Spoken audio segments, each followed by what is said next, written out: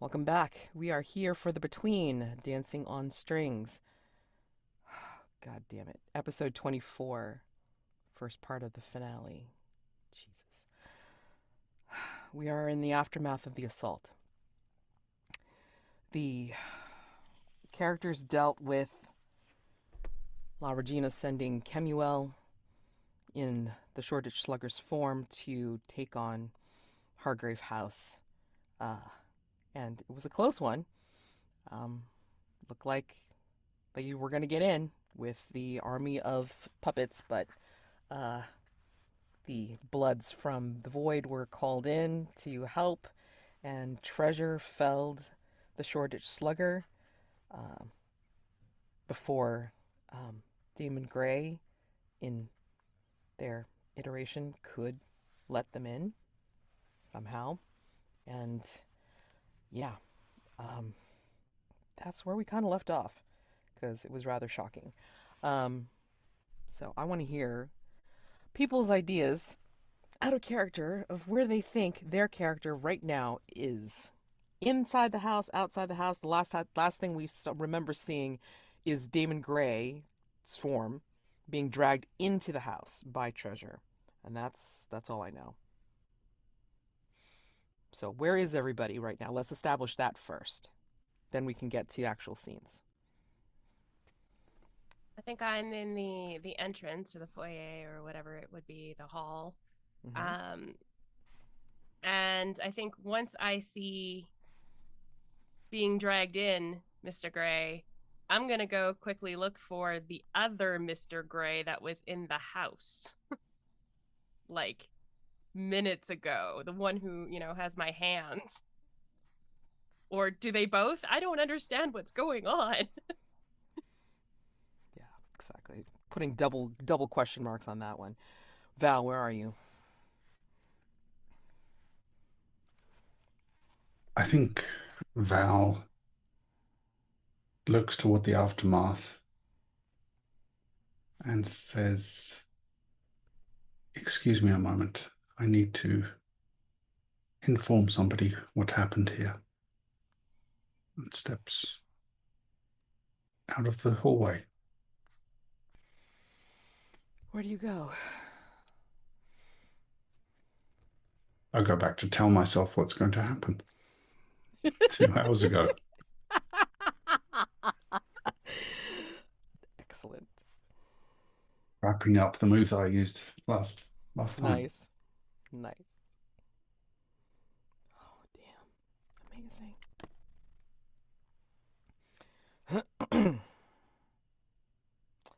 Well, not to tell myself, but to relive the Right, yeah, time with the knowledge of what's going to happen. Yeah. right. So let's hone in on the scene. Treasure, do you go any further than the foyer, bringing a gray back in, or what do you? Yeah, what do you do? Yeah, I think probably just right there on the just past the threshold, maybe. Okay, Um, it occurs to me too that I owe two masks okay. that I might be able to fit into whatever scene develops, but or I could do this later or however you prefer. I mean, like if you want to, as you're bringing Gray back in, I mean, if you want to fit it in now, if that works, but Okay. if you think Yeah, then if it's appropriate. I think as Treasure is sort of hoisting the still body of Damon Gray over the threshold, kind of like pulling, backwards, facing out. Uh, he catches sight of that golden circlet that had been on Kemuel's head, and maybe when the body of the slugger hit the ground, it like kind of hit the pavement and rolled, and that sparks a memory to this mask of the past, which is narrate a flashback to your young adulthood before you were a servant that shows what a charmed life you lived. And again, I'm interpreting all of those words quite broadly.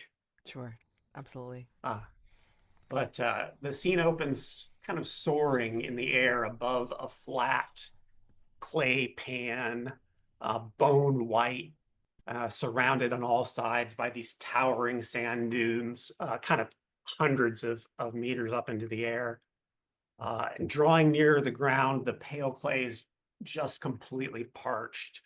It's webbed with deep splits and cracks, and there are these dead husks of skeletal trees kind of thrusting up from the ground, like talons or claws or something. And the sky above is cloudless, and it's such a saturated color of blue, it almost looks like it's painted on. And walking unhurriedly across the sort of expanse is the entity that we know as Kemuel Robel. They're dressed in the style of the Middle Kingdom of Egypt, with a bare chest and a pleated skirt wrapped at the waist, secured by this really ornate golden belt. Their eyes are lined with dark coal and shadowed with green, lips red with ochre, and their expression is serene. Off to the right, maybe from a branch in one of those dead trees, a bird cries out, and Kemuel cocks their head to turn to stare at it for a long moment. It's a carrion bird that's kind of crying again and flapping its wings, almost threatening. And when Kemuel turns back ahead, they see a tall figure is standing directly in front of them. Taller than Kemuel, but still every bit as beautiful as they are. And this figure's clothed in these layers of long flowing robes that are sort of whipping up in the wind. And Kemuel speaks, asking, "What might you be?" And the other figure's lips don't move, but we hear a loud voice ring out saying, "The power dispatched to set things right, thou vile wanderer. The boy you ride is thrice blessed. He is not yours. Relinquish him or be cast away." And again, Kemuel kind of cocks his head, or their head. Fascinating. This one would be most delighted to see you try. And everything goes just deathly silent. And then a loud blast like a trumpet rings out, and the stranger explodes in this blinding blast of light, spreading outwards like ripples in water. And the true form of the entity we know as Kemuel is buffeted backwards all the way out of Treasure's body up into the air, while Treasure drops to his knees. And in front of Treasure now, where the stranger was, we see this cluster of huge interlocking gold rings floating in midair, kind of spinning and rotating. And each ring is covered with bright eyes, and stretching wide to each side are these enormous brazen wings. And the sickly sort of red, orange, yellow cloud draws close, kind of slithering, clicking and screeching, and these wisps like tentacles reach out to clutch the wings and try to slow the spinning of the rings. And again, a trumpet blasts, and this time Treasure is thrown backward, flipping heels up overhead, landing hard on his shoulder and neck, and his consciousness slips away, and he sees these two alien things locked in conflict, and then he sees nothing at all. Just to interrupt between that mask, I think when you come back to the present, I think you see the Bloods. They're right outside the door as you drag Gray over the threshold, and you see that circlet kind of spin off, and you evoke that memory, and they're looking at each other, and one snatches at something. It looks dark and veiled, and says, "What do we have here?" And then the other goes, "Oh, this seems rather pretty." And then, like, you see, like, something very swift, something very bloody and squelchy being taken up into a blood ball. And you can't quite see it because then the door closes quite quickly after that. But it seems to be a rout. Like, whatever's left of Regina's forces have seemed to have gone or are dead in the street, if they could be called alive at all. And of course, you don't spot Kemuel's body. Well, the Shoreditch Slugger's body after that. But Marybelle, where do you go to try to look for Gray? Wherever I would have last saw him. I don't remember where that was. Jeremy, do you remember? Where did you place the mirror?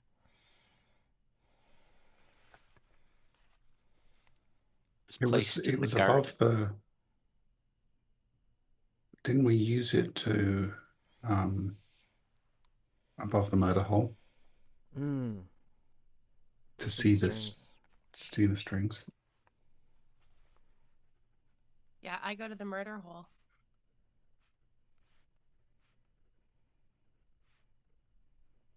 You do realize I'm going to make Jeremy play two characters as often as possible in this, right?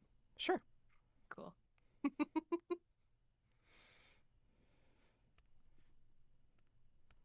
Does Marybelle find anything, Mr. Gray?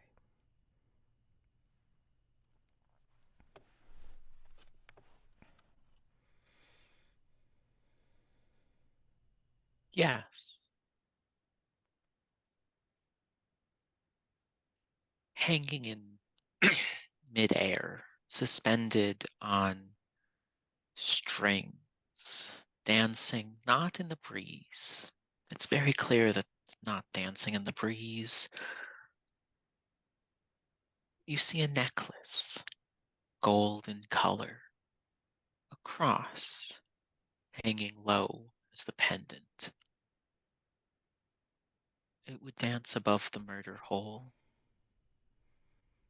If you look in the mirror, you'd see a silvery, threaded outline of a person. It moves, mirroring the necklace, as if instead of the creature that's wearing the necklace moving the necklace, just by the fact of the necklace moving, the creature, the silver-threaded being, dances, dragged by the neck. It does not seem to be in pain.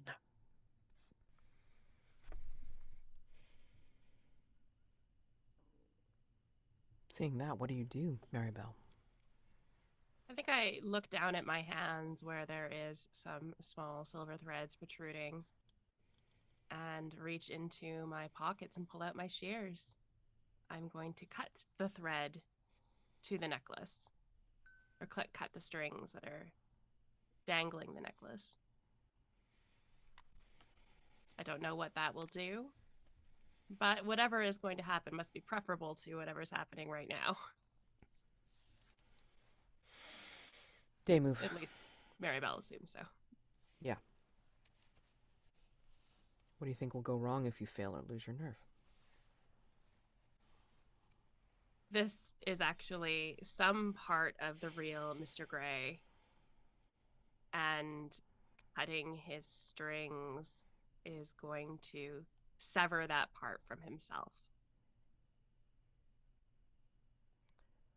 I think the way it's worse is that cutting those strings will release something worse.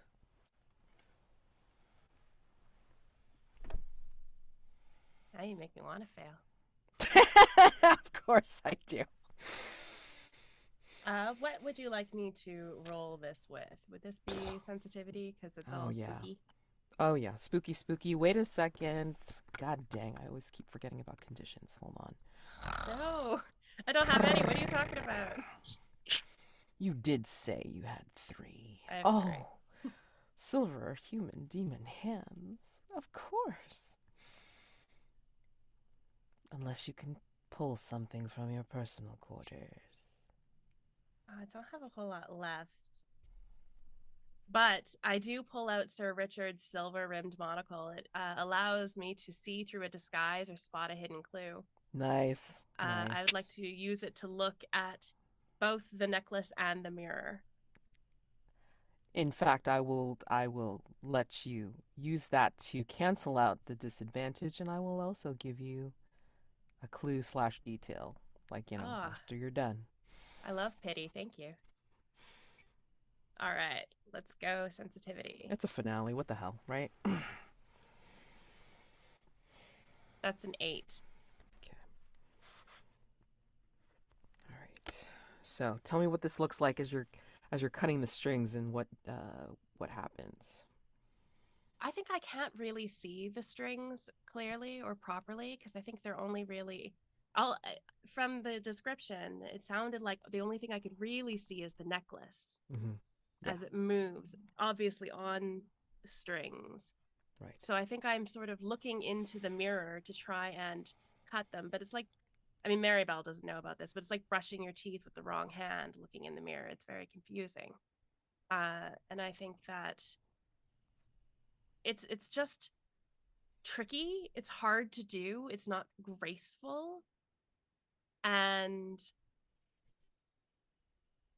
maybe the sound that the necklace makes when it falls into, I guess, is it over the murder hole? Well, I have telescopic arms, so I'm gonna stick my arms out like a catching thing. Hopefully I don't cut anybody with the shears in my hands, but yeah, I think it's just not that graceful. It looks kind of silly, but there's nobody here to see it, so, and I'm in a bit of a state of panic. Yeah. But I think there is some kind of connective effect, because I think you hear screaming from downstairs. As you catch Sorry, the necklace. Mr. Gray. Yes. I think it does affect you, Mr. Gray, downstairs in the foyer. So, but before we get to that, Val, as you merge back with yourself, tell yourself what happened with the King in Yellow and all that fun stuff. What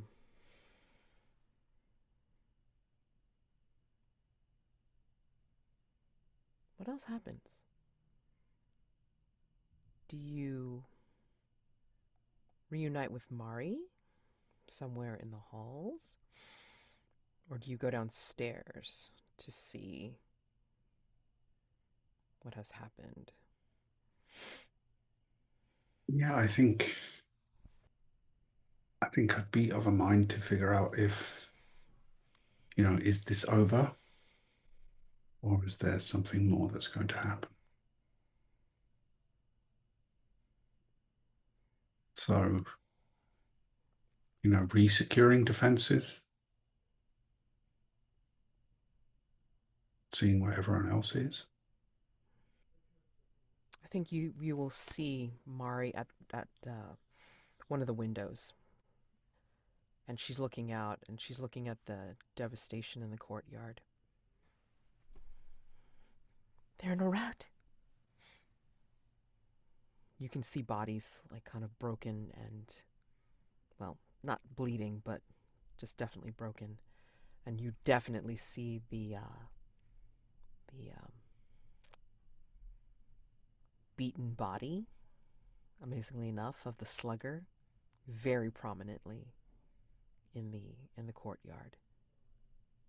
The circlet knocked off of their head, and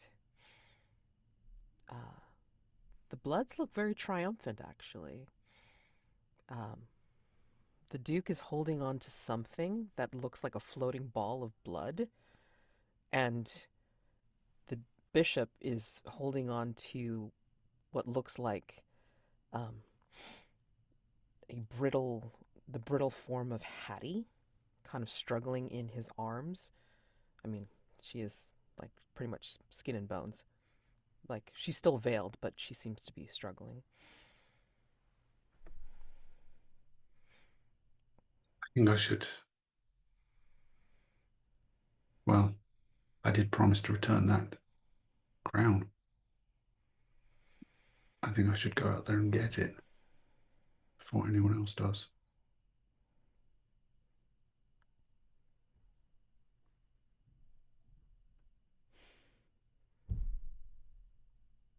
Maybe we can find out from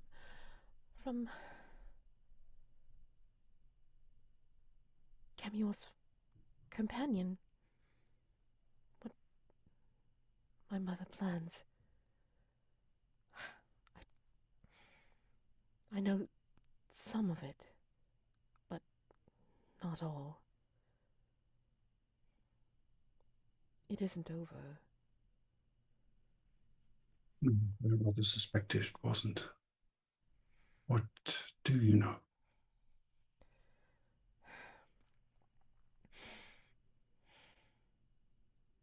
She wanted to make sure that Hargrave House was out of the picture. But, of course, the revenge was Kemuel's idea. And then she would take her vengeance upon the crown. In that way, I'm not entirely certain.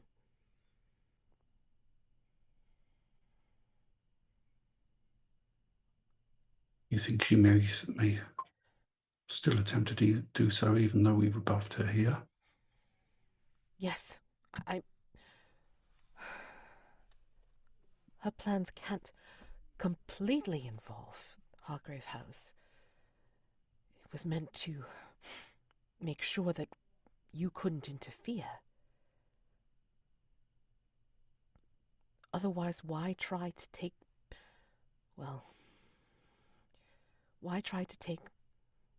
Daymond? Why try to woo Dr. Weiss? Let's see. And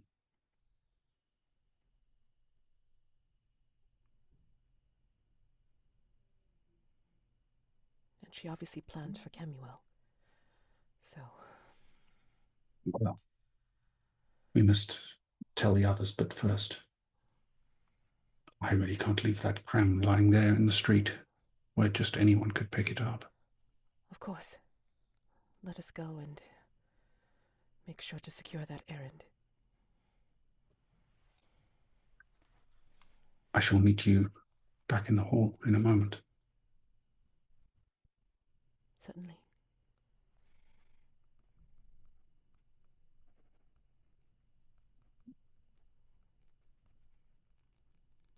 Okay.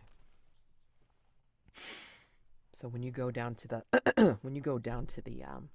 to the courtyard, you know, yeah, the Bloods are still there. They're kind of like just kind of looking over the carnage a bit, and they kind of like turn to you, Val, and say, "Oh, this is really no problem at all. Not much of a hunt, I would say. It's just what did they used to call it? Batting the hedges, I think. Simple, just routing it out, right? The prey. It's been a while. Sorry. But, yeah, you have her to question, I would imagine. the bishop seems very very cheery, after taking out a few of these things. He's splattered over not in blood. It looks like some kind of combination of like oil and some other chemical. So, but yeah. But yeah, Thank he you for has like assisting. he has like Hattie like in a grip, almost like kind of scruffed her by the neck and veil. So Thank you for assisting, but I fear this is not over yet. This was merely a distraction, or an attempt to ensure we could not interfere with greater plans threatening the crown itself. oh, it always is. There always has to be a grander plan.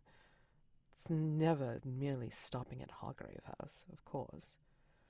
But quite satisfactory in having this little bauble here. And she's holding up what, again, like a bloody ball that's kind of like spinning in her hand. And you can see glittering inside it is the squished Kemuel cloud. She's so amused looking at it. She's like, they seem a little uncomfortable. I'm so sad. Appropriately so, I would say. If you don't mind me asking, what will you do with it? Well, I can't seem to get it any closer to Hargrave House, so obviously I can't put it in your trophy room, and I don't think you want it there. I was thinking about taking Most it back certainly not.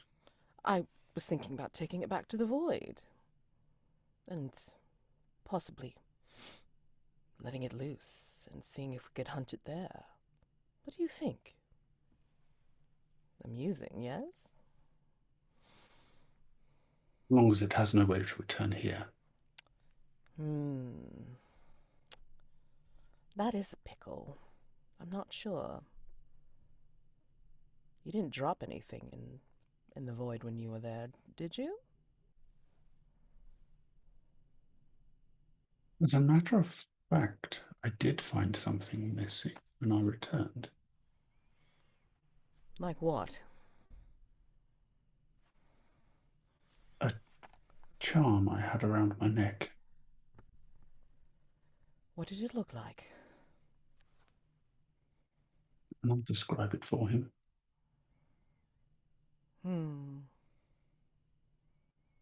I don't recall seeing it. Then again, you were wearing all that mail and everything. You were very prepared. Congratulations to you, says the Duke. And I'll have to keep an eye on it, my dear Bishop. I worry that anything from Hargrave House could possibly be that link to return. But, I mean, anything from us could be also a link. It is, as I said, blood calls to blood and all that. Can't be helped. And perhaps the wisest course would be to keep that imprisoned. That is the plan. I can't make sure that there is no discernible way to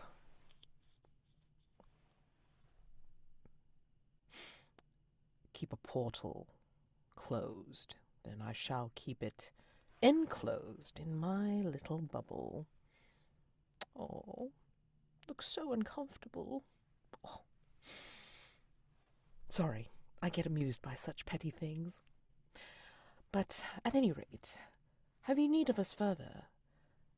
I feel the pull of the Void. I don't think we were supposed to stay here as long as we were. And as amusing as this was, I think you are right. It's not over.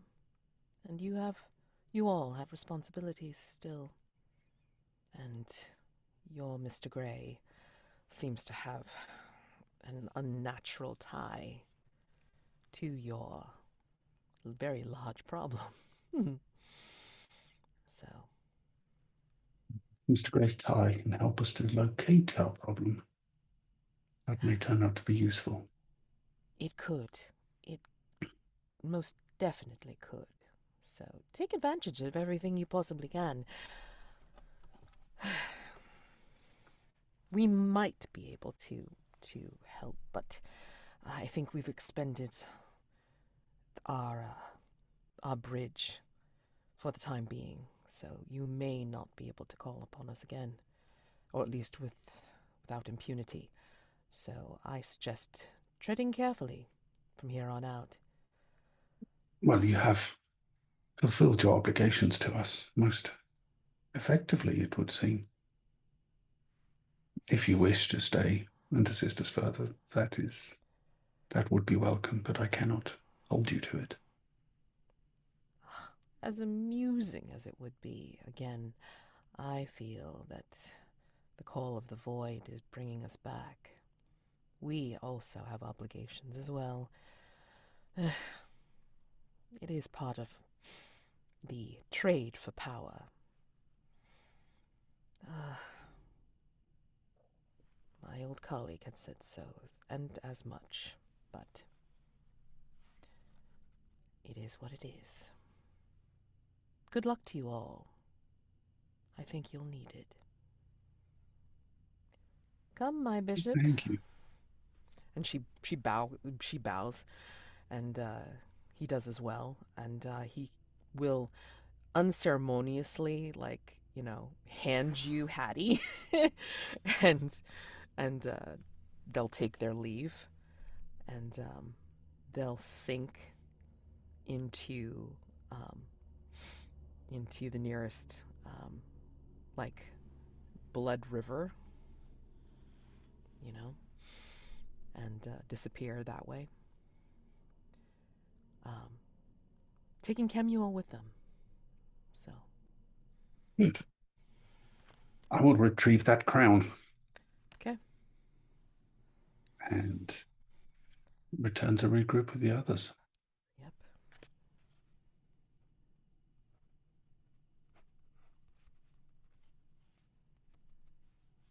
Do you hear anything when you put your hands on the crown, Val?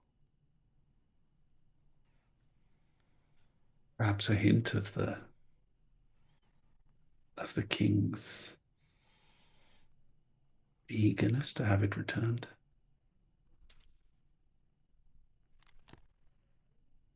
Yeah. There's going to be excitement enough in the second part. I'm not going to worry about it at the moment. Okay. So, back to Treasure and Gray.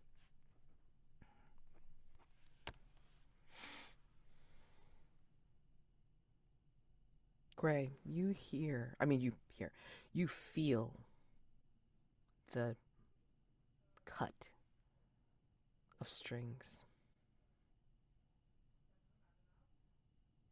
Wherever you are,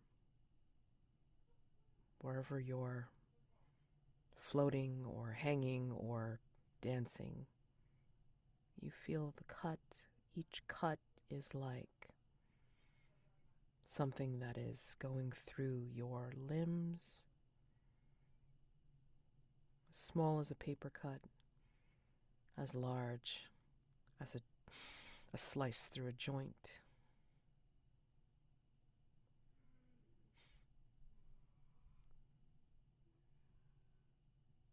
Where are you when where is your consciousness when this is happening?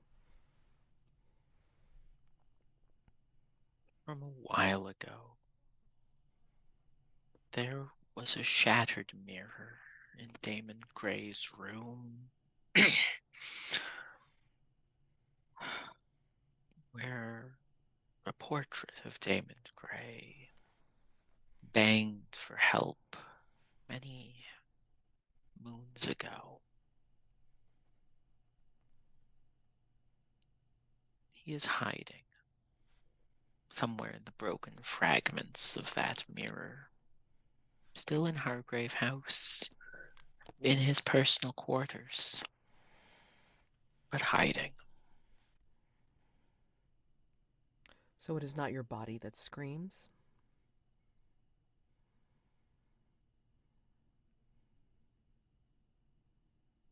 No, it is Hargrave House that screams.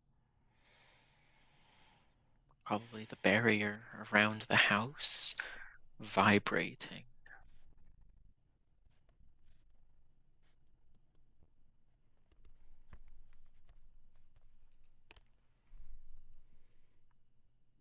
Treasure, you might feel this. You might feel this in your bones with the connection that you have with Mr. Gray, being his factotum and also connected by the suit. That employer tie is still there.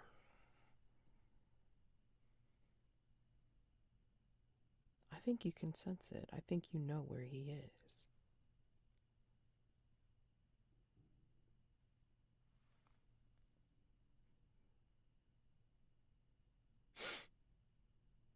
What's the state of his body here in the foyer?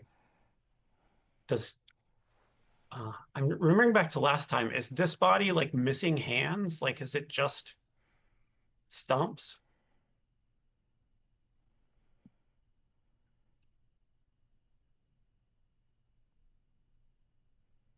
I feel like there was a set of hands that was trying to like mar the tattoo, but then there's also a set of hands that was trying to give Kemuel like a key to the cupboard, as well as something else which I can't remember off the top of my head, but trying to help Kemuel as well.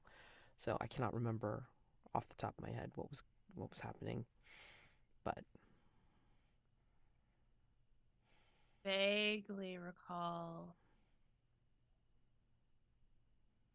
Daymond Gray outside the house with Yes. Marybelle's hands.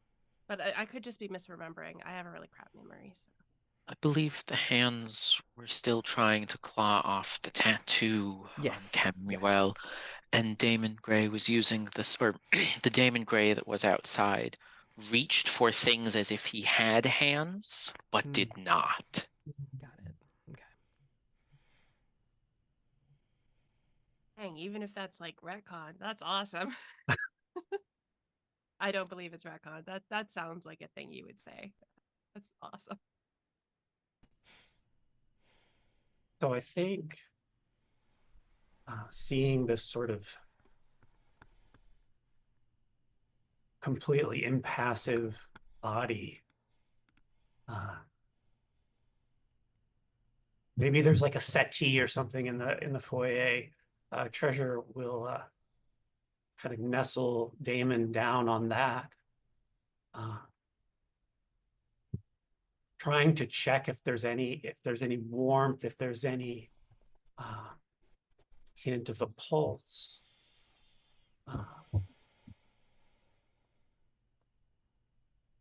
But then maybe feeling that vibration, that scream through Hargrave House.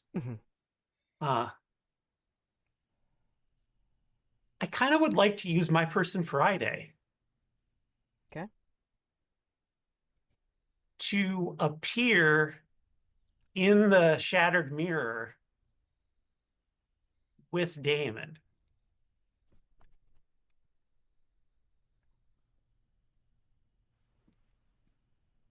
Please read the move off, please. Yeah, okay. Sorry. Yeah. Let's see. It says, once per session, you can appear in any scene at any time, ready for action. If there's an object or tool that would be helpful in the scene, you have it on hand, add it to your personal quarters. And I think that the object or tool that Treasure appears with, as he sort of descends into the mirror, in his offhand, he's holding, and it maybe just stretching off into who knows where, he's holding a silver thread.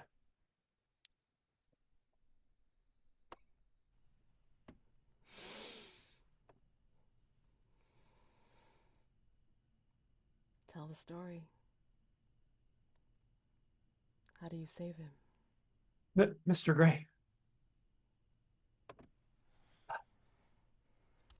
Is this you? Kemuel, is that you? It's Treasure, Mr. Gray. It's me. It's Treasure. But you've got his face.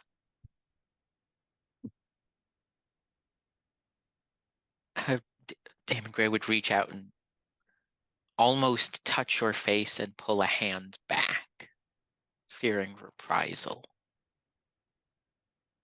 And I think Treasure takes the hand and puts it on his cheek and says, Mr. Gray, you don't remember me? You saved me. I've saved Kemuel plenty of times.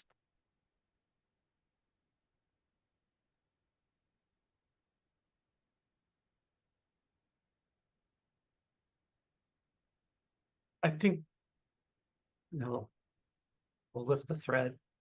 I think perhaps you'd better take hold of this if you can manage it.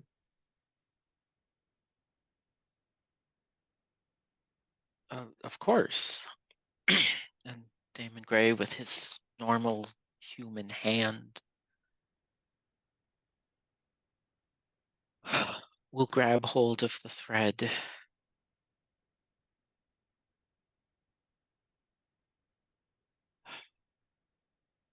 And I think with his other hand, quickly make a cross on his body.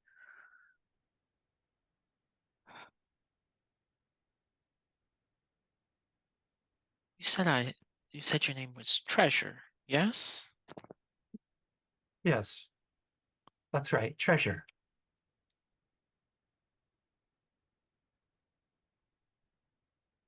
Did it work?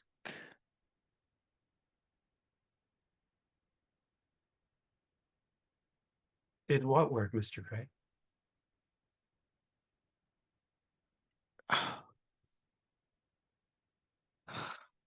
Put a hand to his head as if trying to think.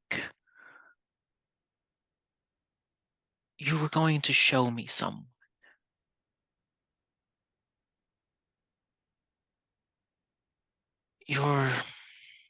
Was it your true self?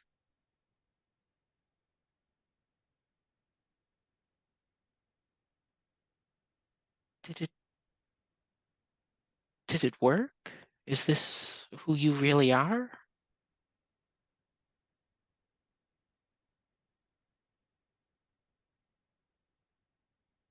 Indeed, Mr. Gray. Everything has worked out just fine. Everything is going to be just fine.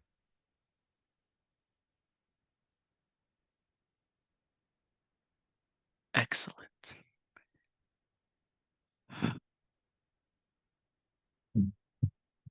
So, shall we get out of wherever we are? That sounds wonderful.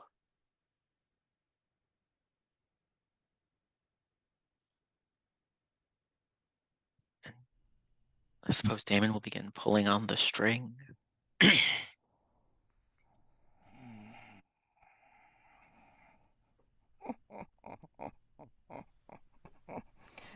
He doesn't remember.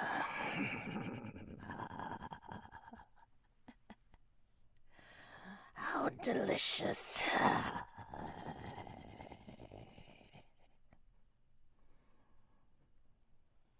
Nice try, little one.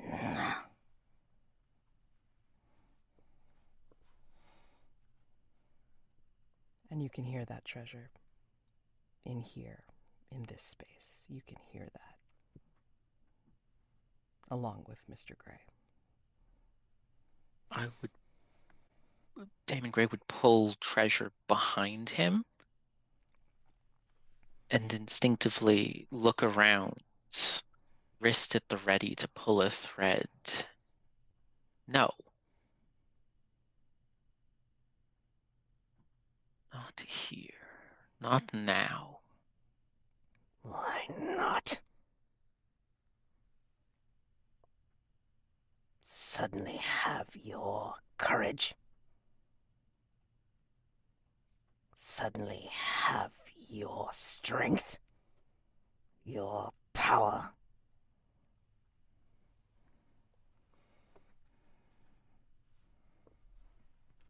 No.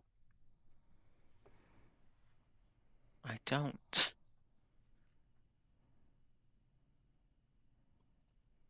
I am currently useless to you.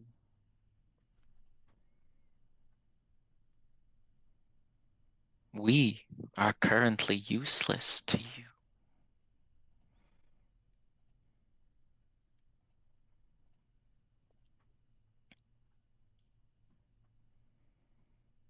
Why would you try and use someone who can't help you? Because it's fun to try and tempt you all over again. Go ahead, make a bargain. Take my deal. Power to smite your enemies. To triumph. With my help.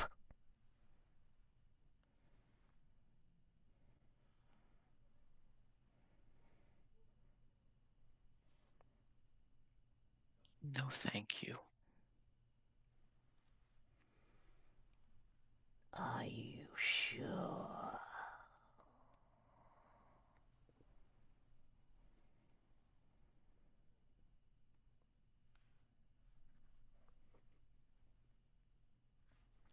No, I am not. But if you tempted me once, and I gave in and ended up here, well, I probably shouldn't do that again. What about you, little one? Be more powerful than your master. Take some power for yourself.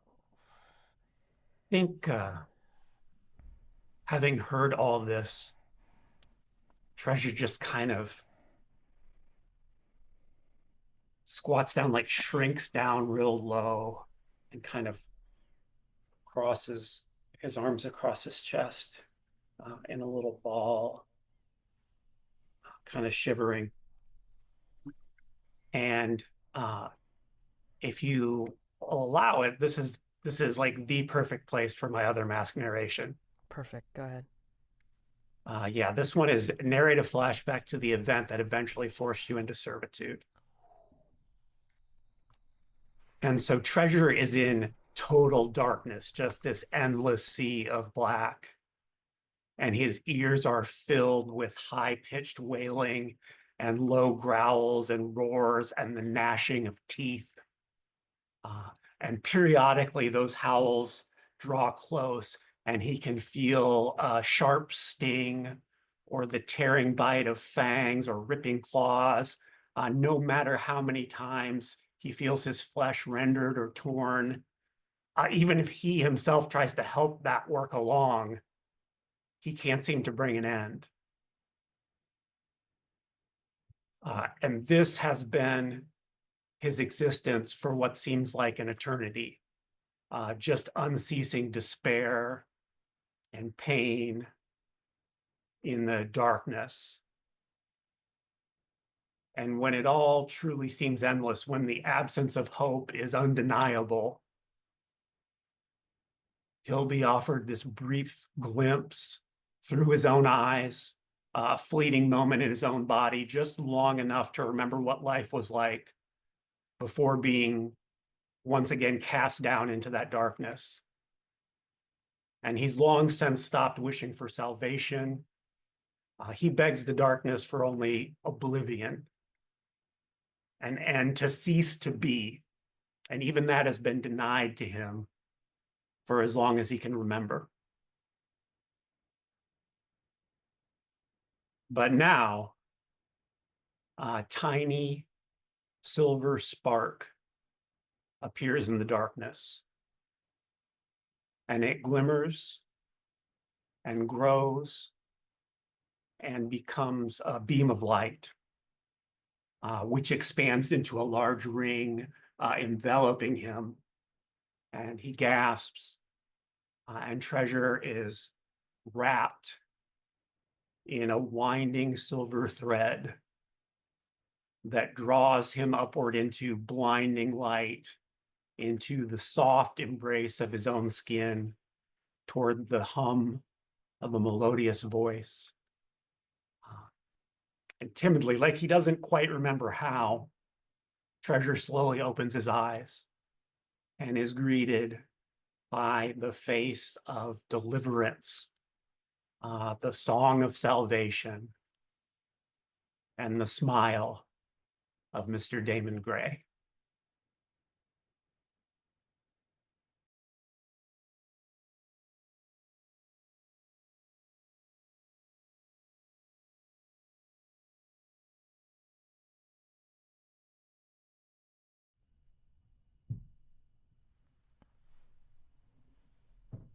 What about it, little one? A little silver, a little power, a little thread.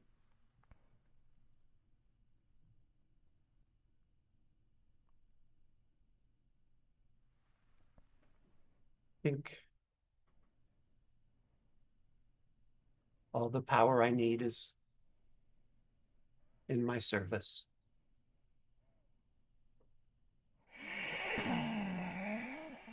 And I don't think I'll be listening to you any longer. No. And as you are both grasping like the silver thread, I mean, you can hear this cacophony of snorts and grunts and screams like around you, but it's being buffeted around like strong winds because neither one of you is listening. As you're being pulled out, maybe it manifests itself as a blast of strong air in the foyer, and pretty much like, you know, if you were even remotely crouching, Treasure, when you started, you are no longer crouching because you're knocked off your feet, and maybe you're still clutching Damon's body, but yeah, I mean, I think by the time Val gets back into the house with the circlet, I think you're you're both coming to consciousness, and at that point the golden cross necklace has dropped down upon you from the murder hole.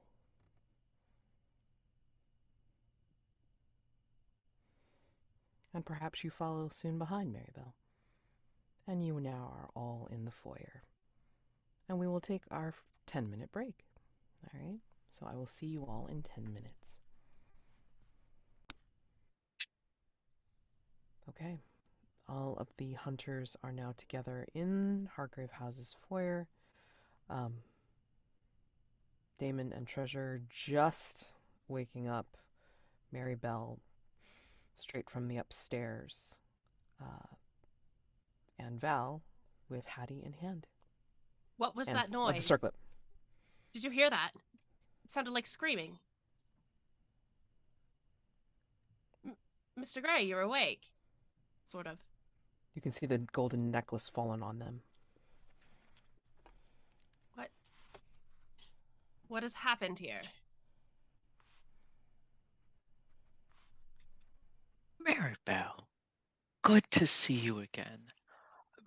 May I introduce you to Treasure? I am familiar with Treasure. Excellent. Appears I've missed quite a bit. How long exactly were you not you? I've always been me. Then who was the person that was here with us?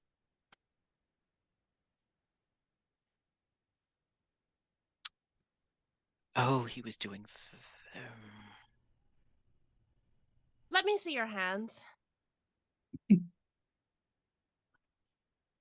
hold out my arms. I don't know if I've got hands. Good question. Did I swap hands with fake Mr. Gray? And I have fake Mr. Gray hands? Get fake Mr. Gray hands, I think, because if this one was locked in the mirror, Yeah. yeah, Where are my hands? probably still outside. Val, did you see my hands when you were outside? I did not, Marybelle, but I confess it did not occur to me to look for them. And whose hands are these? Are these even human?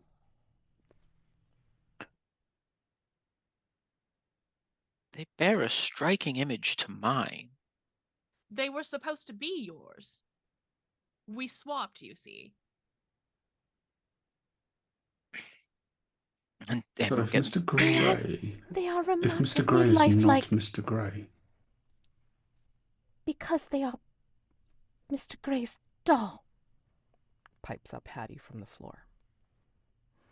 And these silver threads inside. How was I able to conjure up the way Mr. Gray does? La Regina makes her dolls incredibly lifelike. Well, I suppose you need your hands back. I'm not sure how to give them to you.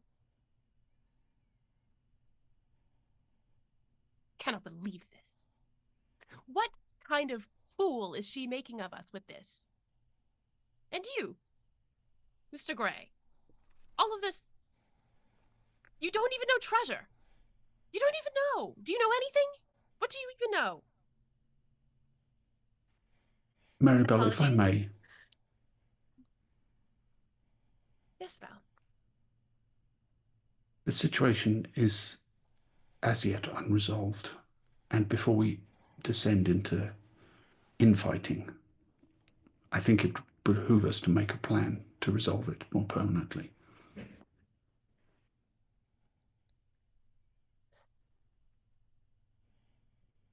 I apologize for my outburst. It's good. I seem to not have quite gained control over this strange morning sensation. Marybelle, it's good to see you grow and change. On the contrary, it's uncomfortable.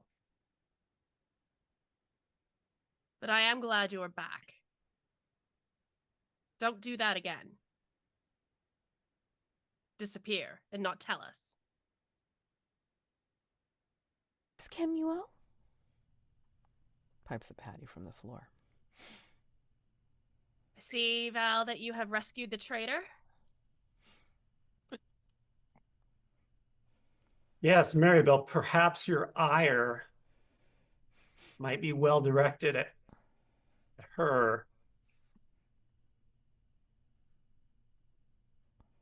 Hattie just turns her veil towards you, Treasure, and and looks directly at that face that she thought she knew. I miss that face. It was not the same when they were in that body.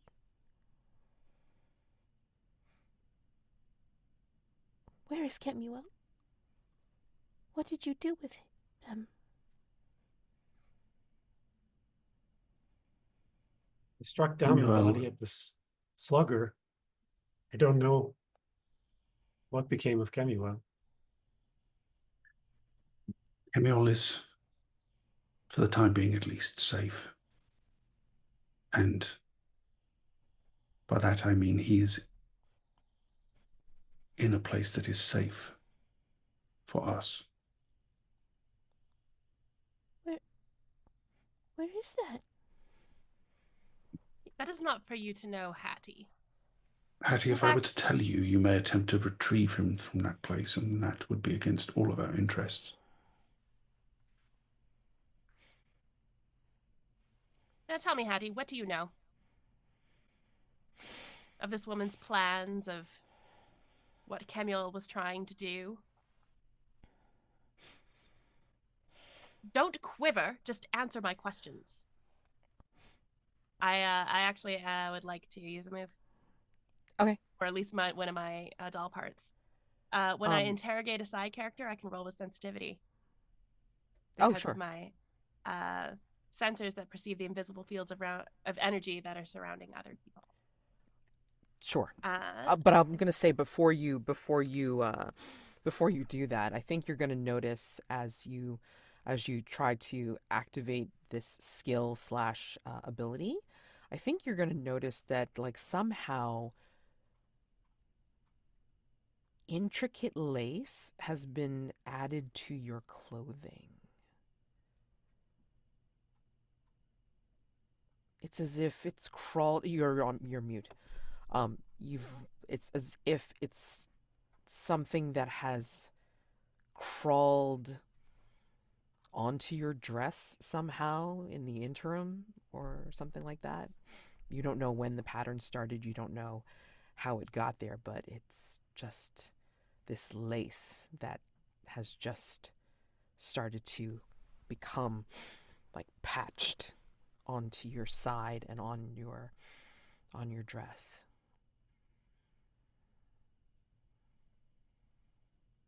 I am definitely going to take note of that and deal with that in a moment. That doesn't sound good. Yeah, I'm interrogate sensitivity. Let's go. Oh, that's a 12. Ooh, On a 12, nice. I can ask the keeper 2 questions. Yes. And the 2 questions I would like to ask are they hiding something on their person? Yep. And are they telling me the truth? Okay. All right. So I'm starting to add to this mastermind thing. Hold on. Okay, so are they hiding something on their person? So she's, as you say, she's quivering around, and it seems like she's trying to kind of tuck something more into her voluminous folds. Again, skin and bones, right? So yeah, she is trying to hide something. And then she's just saying, I know nothing. She has made her plans in some abandoned theater. It moves. It is hard to find. How can we find it? It is time for us to take the fight to her. That should be easy, Valentine. Enlighten me. We happen to have one of her puppets. And he'll take just a subtle, sarcastic bow.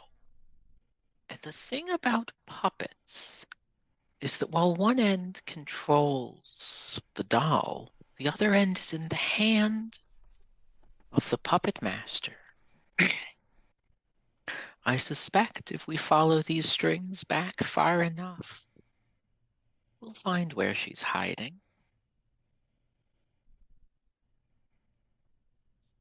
Pulling the strings is something you're able to do? Valentine, pull on the strings is all I'm really capable of. Treasure, Well, while this is happening, would you mind quickly taking whatever item Hattie is trying to hide in her dress? Indeed. No, Hattie, it's mine. Hattie, No, what is it? no. can't Hattie. have it. No. Does that monster really mean so much to you? I can promise you whatever it said did not intend you well. Nor, I suspect, does this puppeteer. Were we ever anything but kind to you? You are right. But he was also kind to me too.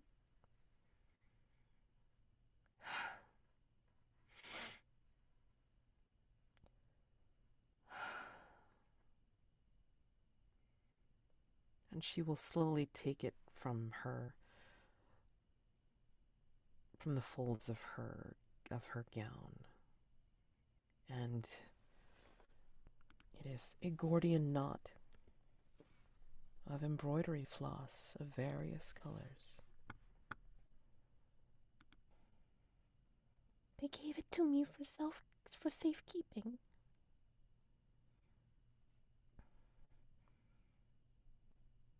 Saying, I trust you with this, Hattie. I know of no one else that could keep this safe.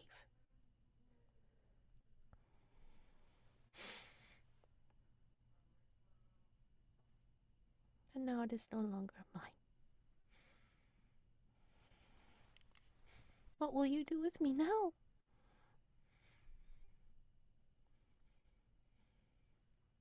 We still have that murder hole. I am joking. That was a joke. I Why is think everybody laughing? until such time that we have resolved this matter of La Regina, it is best if you stay here, Hattie. After that, well,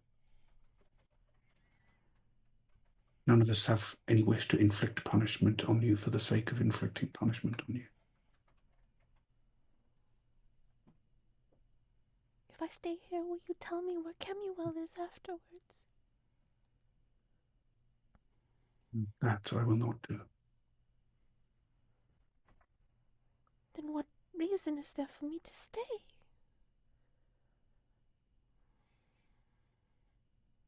Where else would you go? I can go back to 3 Mills Island. Valentine, is it really such a problem? If after all of this is said and done, we take Hattie to where Kemuel is, if he is truly, if they are truly as safe as you claim, Hattie's presence should not disrupt that balance of safety.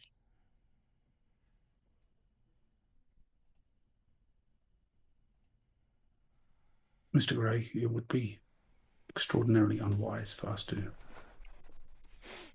add any additional unknown factors into the situation at this moment.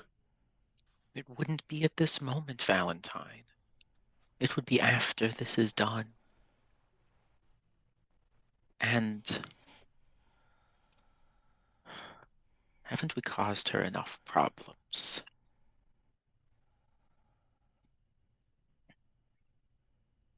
In that case,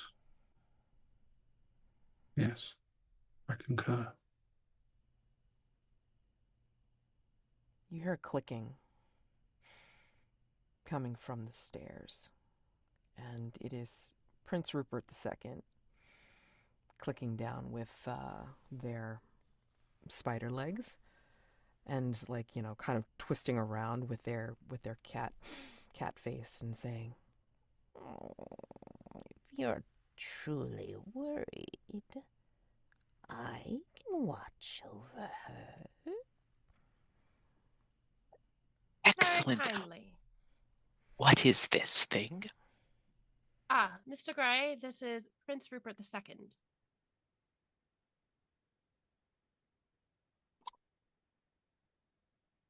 Prince Rupert II, I know you believe you have met Mr. Grey already. Unfortunately, the Mr. Grey that we have had in our house for the last little while was not actually Mr. Grey. This is the real Mr. Grey. It's all very weird. Smells different. Yes. Is this what's taken to sunning underneath my crystal ball? Smiles.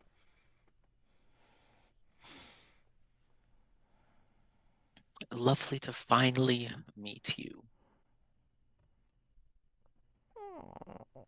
Pleasure. And Prince actually, Rupert as well, correct? Did not get harmed in the battle? No. Thank you for keeping him safe as well. Or was he keeping you safe? Both. Or both. Very good. and basically what Prince Rupert will do will, he does something quickly with the spider, with the spider legs, and before you know it, it's like, Hattie has her hands bound behind her back. I will watch her.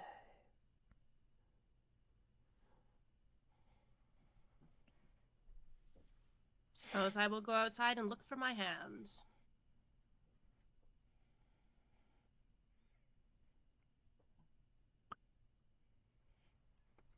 Would you like some assistance, Marybelle? That would be appreciated. Thank you, Mr. Grey.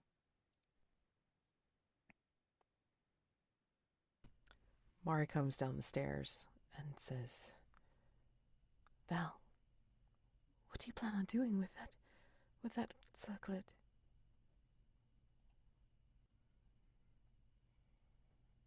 I've already sworn to return it to its original owner.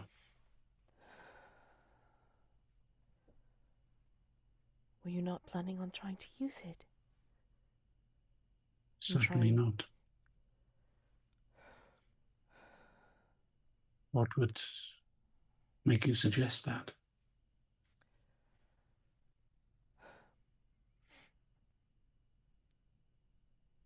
From what little I remember from my mother's plans, she draws her power from something beyond her. It is why she is able to control the puppets and produce them and add strings to that which has never had strings before.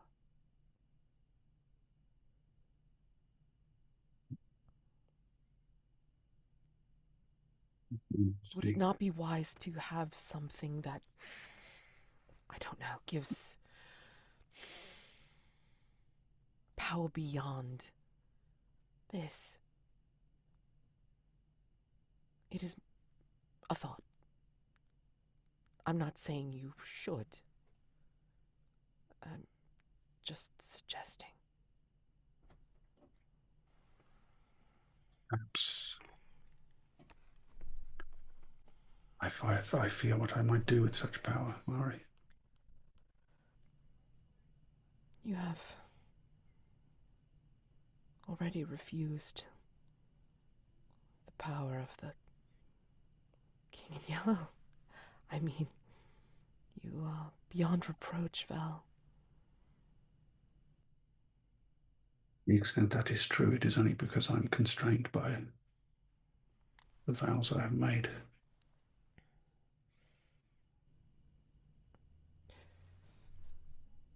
We talked before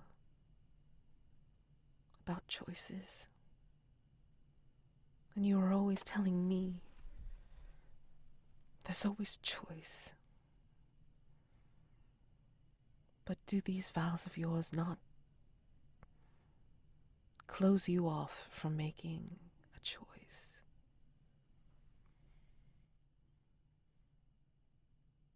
We define the range of my choices, perhaps. the choice is still there. If I wish to, there is nothing to prevent me breaking those vows. Other than that, upholding them means something to me. Fair. It is what you believe in. Perhaps that is what I've been missing. The only thing I've been able to believe is in what my mother has told me. And now I am at sea because I do not believe in what she is doing anymore.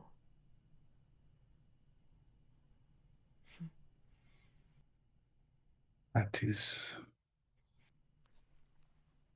I would say, a good choice. Well, we must pull on any resources that we can.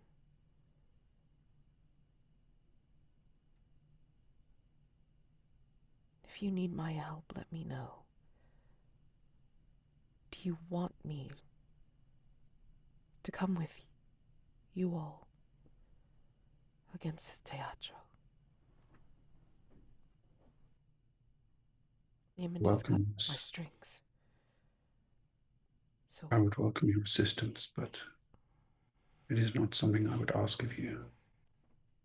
It will no doubt be dangerous. Daymond has cut my strings, so it is his that we have to follow.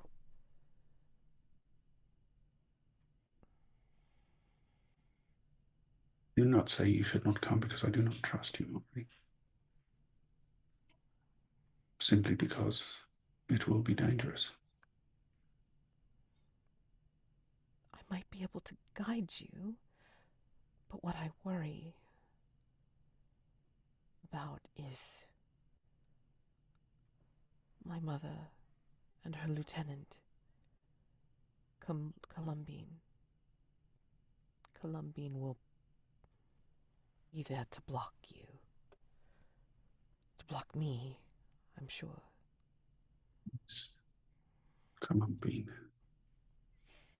She is the old woman. Do you remember? She forced me away from you. In the, I believe when we were watching the play.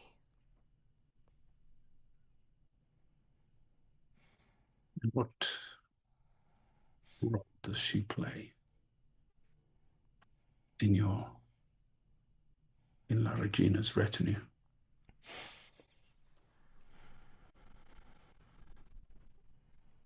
She raised me. She...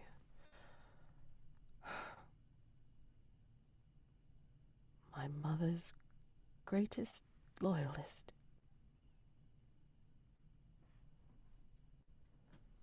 We must watch her. She is the knife that La Regina will keep hidden behind her back if we don't watch ours. And there is one other, but I have not seen them for quite some time. I don't know where they went. Who's that? Innamorato. Innamorato disappeared some time ago.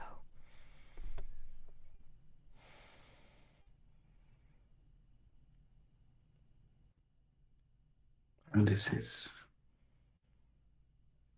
someone else we should fear, I presume. They disappeared around the time the King in Shadows came to London. If you believe there to be a connection, perhaps I can ask the king. Funnily, I cannot recall their face.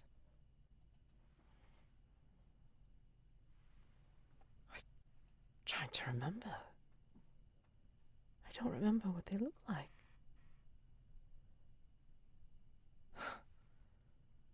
How odd. At any rate,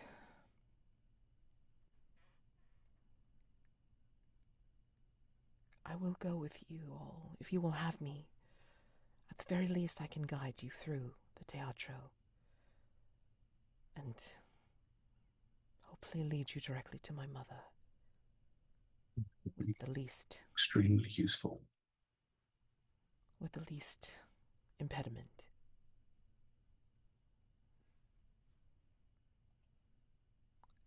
But if I may suggest that once you have done so, you do not allow her to know you are there. Are you afraid she will reel her strings into me again, Valentine? I'm afraid she will punish you for having cut them.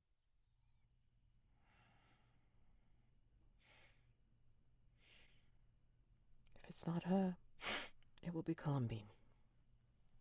Columbine will do that. At your mother's instruction. Yes. Yes.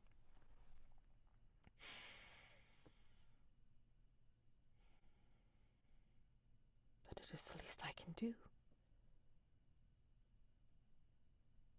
For freeing me. It is more than I would ask for. I want you to be safe, Valentine. In order to be safe, I must confront the danger that faces us.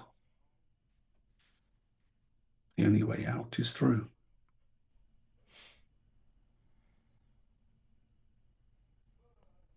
The only way out is through. And we can close out of that scene. I love chat.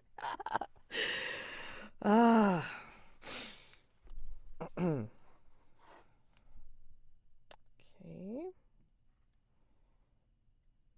Any other scenes with each other? Oh, Marybelle, am I missing a clue? Did I answer the other question for you? I think it was the thing that was in that Hattie had, right? Yes. Which It was the Gordian knot. I got yeah, the Gordian like knot. you got that one, but there was another question that you'd asked. Oh, I'd asked her 2 questions: if she's Yes. hiding anything or if she's telling the truth. She's telling the truth about her not knowing anything else. She gave us a fair amount of information, so I feel like she probably is. Yeah. I mean, like, she's pretty much one-minded, which is pretty much Kemuel. I mean, poor I thing. noticed me. Yeah, I get it. Yeah, pretty much. Poor thing. Goodness, oh gracious. Yeah, I think if you wouldn't mind a really quick scene with Marybelle and Mr. Gray, looking for hands, as one does. Please do. Because I have 3 conditions, and I think Mr. Gray has quite a few as well. Yep. I think out just in the garden, I suppose. It's dark. I imagine that during the battle, the gas street lamps have gone out, and it's just extra dark now. Because dark is fun. Looking around, picking through all the debris, trying to find my hands. Mr. Gray, I do believe I have to apologize. Or? I feel that I have betrayed our friendship unknowingly. When you disappeared, I didn't even know.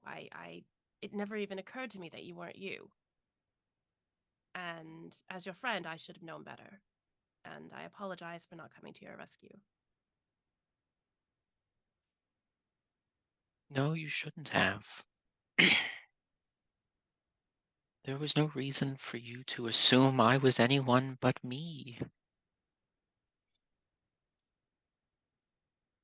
It will take some time for me to figure out what all this me has missed, but that is the danger we face.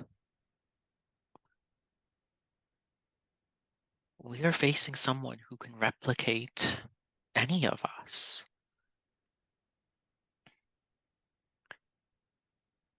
The fact that she simply replicated me,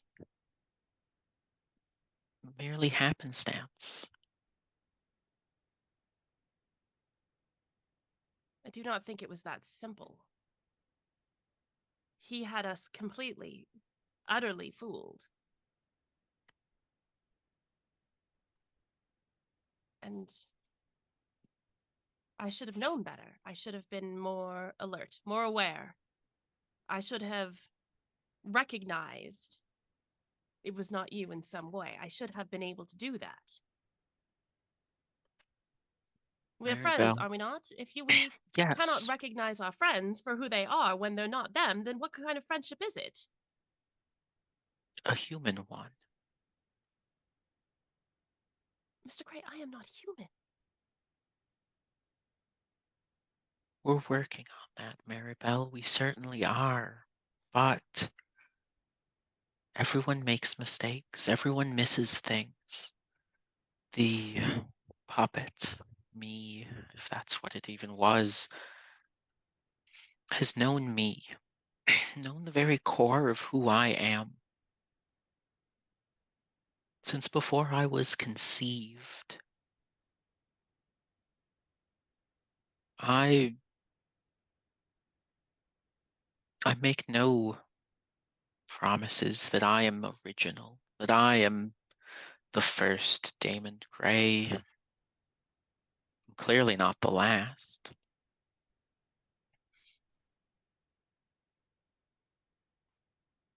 I am glad that you were still able to bond with that Daymond Gray, because that entity, which danced on those strings, was still me. A different part of me. And I'm sure that they did things that I would never do. The imagery of breaking into Parliament comes to mind. Something about pushing a mirror through the streets of London. Ah, yes, well, that was necessary, you see. But see, it is something that I cannot conceive of. And yet you brought that to that Daymond Gray. You brought out a part of him that I did not know was possible. You brought out a part of me that I did not know was possible. Just as Valentine brings out the stoicism of all of us. And while I haven't spent enough time with Treasure to know what they bring out in us. Loyalty. But loyalty is what Treasure does. Despite everything, despite the fact I did not want to, he has become my friend. And just like with you, I would hate to think anything bad is happening to him when I could be doing something about that. Marybelle, because I know you. Have you told Treasure that they are your friend, that he has taken that place in your heart? Of course not. You should. He should just know. He should just know that. Is that not what humans do, is intuit emotions? Yes, but they often get it wrong. Just as you got it wrong about who I was, is it not possible that Treasure could get it wrong about your emotions?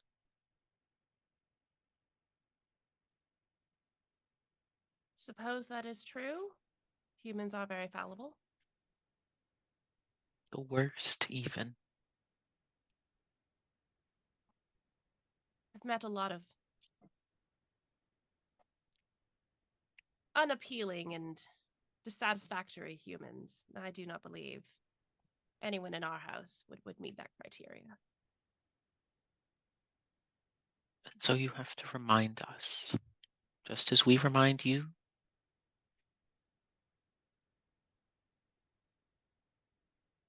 Ah, there they are.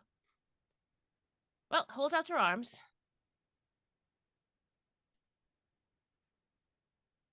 And Daymond will do so. Now, you haven't had the chance to get used to these, so do be careful. What? All right. Remember, we swapped hands. Do you not want yours back? I'm not certain I am capable of getting them back. There was some sort of magic involved when yours attached to my stumps. And Would you? yours were just a matter of basic surgery. Would you like me to try and undo that magic? Or would you like to carry a little piece of me with you forever? You put it that way, it sounds very soft. But yes, I would. I would like that very much. But do be careful with the strength in those hands. I also like the idea that there is a part of you that is not touched by these silver threads. That you can be safe from them, even if it's just a small part.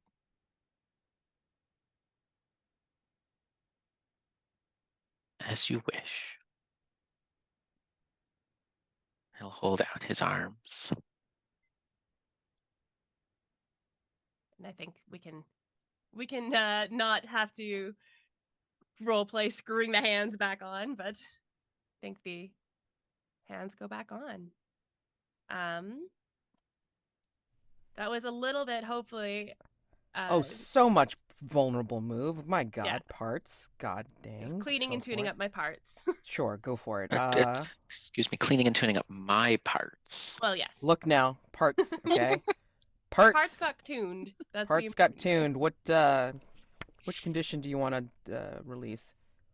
I think I'm actually going to release mourning is compulsory. Sure. Because I think through that conversation, I have let go of some of the discomfort I have with being wrong or having regrets. Sure. Even if it's a gross human thing. Soft human thing, sure. Yeah. Daymond? I'd like to get rid of cobblestone comedy. Yeah. No problem. Go for it. And I suppose, are we doing the new rules or the old rules? I don't remember now. I don't even remember either. I don't even remember what the new rule is.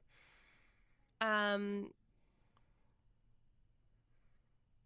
just can't remember how it works with the clues. Do we get a clue? If you want a clue, I can give you a clue. So we either do a clue or ask a question. And I think right now a clue would probably be best. Yes. Yeah. Yeah. Let's do a clue. Yeah. Okay. But I think that means we have to define it. Sure, exactly. Like put your thumb on the scale. And I'm happy if you want to put a TBD on it so this way you guys can do your thing. Brain does not want to work at the moment. And if we're following new rules, it's like screw that because it's like that only like limits you to one per session. Fuck that. You know how I feel. Yeah. Who's next? Does Treasure and Val want to have a scene? I'm open to it But if Treasure has any. especially if like Val has to ask because Treasure can't, and That's Val right. had a No, Val had a missed opportunity. But anyway, whatever. It's fine.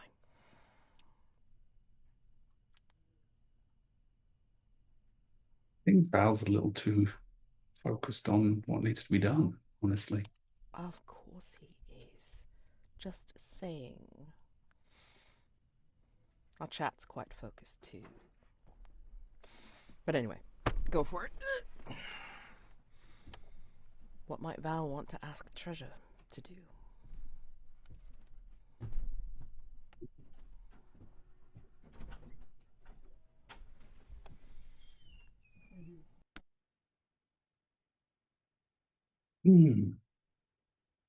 I'm fine too with keeping these Yeah, conditions yeah. if we can't come up with anything.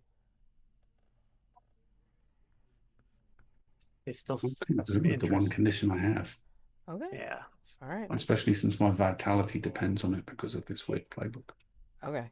All right. I mean, well, that makes perfect sense if we want to do that because basically the only thing, well, actually there's two things left, but I want to wait till the very, very end for the last thing. So the only other thing to do besides that would be answering the mastermind question if we're following newish rules, which is how does the mastermind intend on destroying the crown? And what's supposed to happen is that you use the mastermind clues found to the left in the threat tab. Okay, so 9 mastermind clues found so far, plus you've added the 3 clues, 2 clues that I've listed there, plus a TBD that someone just needs to throw into the mastermind active threat. So 12 clues, 12 clues that you can use to figure out how you think La Regina plans on fucking with the crown. All right, so yeah. What's the complexity of this? Oh, I just lost it. Hold on. Crap. I just can't remember. No, I It's got 8? you. I don't think it's that high. Hold on. I lost the plot. I knew there was something I was forgetting when I looked at it. It was... Nope, you're right. Complexity 8. Nuts. Yep. Complexity 8. So 12 clues We've got for... some wiggle room. Yeah. Luckily. So let me just On the roll, if we can work them all into it, that would be. exactly. So, how does the mastermind intend on destroying the crown? Complexity 8. Okay. So again, you have the 3 clues under the mastermind threat plus the 9 that are off to the left. Okay. See what kind of sense you can make of it. I don't know.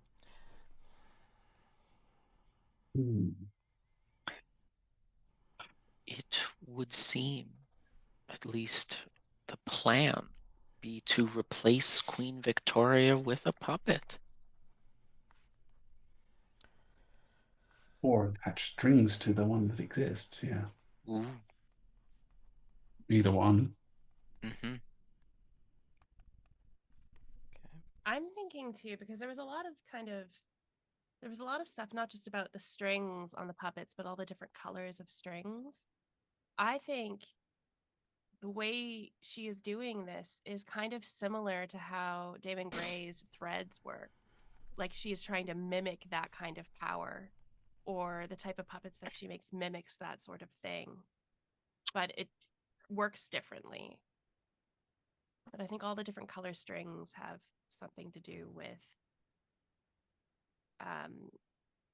Daymond Gray's silver threads. Like I think there's some sort of similarity there. Hold on a second. Let me make it a little bit easier to do check marks because looking at the Oh, I can throw that in. yeah, please, because It'll just be ugly for a second. yeah, that's fine. Like especially while you're thinking about it, it just helps to be able to do check marks, while you're figuring it out. So yeah, please do. Sorry, let me get out of there. Anyone have any? Oh, we have some clues to define, right? Yeah, I the think. one TBD that you need to define. So again, you want to combine the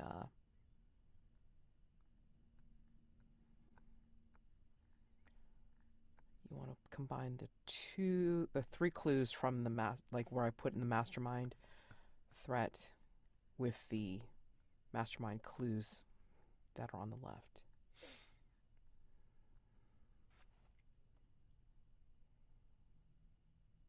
Why does it say 18 clues? Oh, it's because it's counting the check boxes as clues. Oh God. Okay. Amazing. All right. No.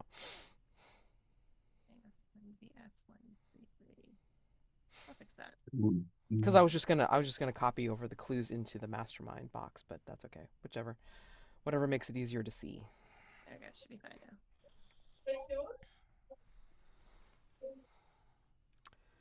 But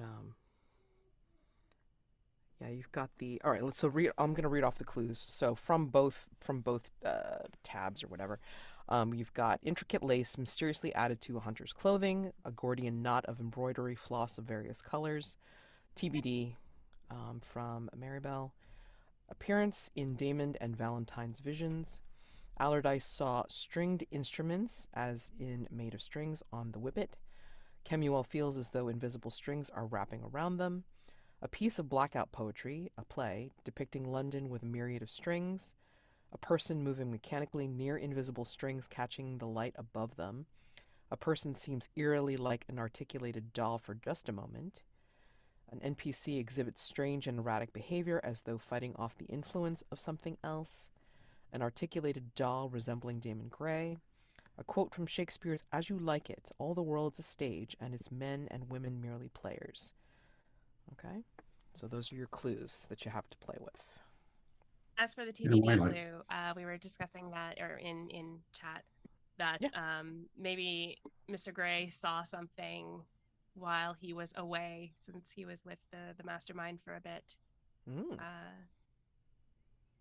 I know Jeremy suggested. I like this. Did you want to add anything to it? Your idea? Perhaps change the word recipe to ritual. I like that. Yeah. So, Mr. Grey remembers a performance of a ritual to make a human-like puppet. Okay. I mean, hell, you can even contextualize that further if you want, because remembering that Dr. Weiss was with Regina for a little bit. So maybe from dead bodies. Mm-hmm. I will. Hold on. Yeah, I will reveal that. There was an enticement from La Regina for Dr. Weiss to go off with her, because there was something very specific that Dr. Weiss was researching that La Regina offered for her specific interest. Let's put it that way. Well, I mean, a lot of the clues definitely just point toward the theory we had of, the strings taking over various people in positions of power up to and including the Queen. We've got the blackout poetry, London with a myriad of strings. So all kinds of people being controlled. As if they were players on a stage. Mm-hmm. Yes. Yeah. Yep. The intricate lace added to Marybelle's clothes could easily be like a way of attaching the strings to a person. Yeah, I like that. Getting them to put on some particular item of clothing or modifying some of their existing clothing to kind of entrap them. Yes. And Daymond and Valentine's tenuous relationship with the current moment would be why we're the only ones that saw the visions. Daymond Like being that. able to see the threads, and Valentine, who knows what Valentine dreams of. Or because of their tenuous relationship with time. Because, I mean, like, it was on one of the time jaunts that Val specifically saw La Regina. And also, Allardyce saw stringed instruments on the Whippet, so that might tie into some weird time stuff too. Oh, yeah, for sure. Mm. So Yeah, maybe that was part of the not void thing, but I mean, like, it was almost like, you know, how Val, you see like the passage of time. So I mean, like, you know, the stringed instruments are like some kind of like weird like dissonance or resonance for it, and then it just comes up as a strange vision. So there you go. What if these aren't dolls or puppets? What if we see them as dolls and puppets because that's our understanding? But what if there's something way more futuristic? Like Robots? robots. Maybe there's some kind of weird time thing that La Regina stole from a time traveler, someone like Val. Could be. Could be. And that's why Val was one of the people to see the visions. That I'm would just So- spaghetti walling. No, that I love would explain why spaghetti walling. I mean, I love that. Like, I mean, that would it's explain sticky, very sticky. that would explain why so many different portals to various locations and creatures opened up. Yep. The I mean, you had 3 mills. the hole You over 3 had- mills. Yep. You the had hole King of in the Shadows. You had the Mean Times. we had the you orchid had- come through from somewhere. Yep. Mm. The Orchid. The Watley camera that sends people into the Mhm. void. Yep. So maybe the loss of various colors that I was thinking is similar to Gray's strings or Gray's threads is actually because they're from different times. They're more like wires, you know, like colored wires in machinery or electronics. So neat. And that Tangled would- wires. Running through these robot bodies like how Damon's threads run through his body. Oh, sick. And that would explain the people moving mechanically, not like Mm. dolls, but like machines. Articulated. Yep. Oh man. Yeah, or it could even be that kind of manipulation is just another form of a puppet, right? So Oh my God, La what if- Regina is interested in kind of, oh, this is an even if- better what- way to make what if- puppets than how I've been doing it. Yeah. Exactly. And what if the intricate lace isn't lace at all? What if it's an array? Cool. What if it's like what if microchips. it's what if it's an electronic, or like what if it's like a digital array of sorts, like Yeah, a mesh, like- a mesh array. She trying to take me over? I don't want to. It's fun, man, because like you're already a doll. I mean, Sorry for the checkboxes being weird. I don't. whatever. trying to- I haven't even like, you know. What's the problem with them? There's something about the validation rules going weird, where when you click them off, they just turn to true versus false when they're not checked.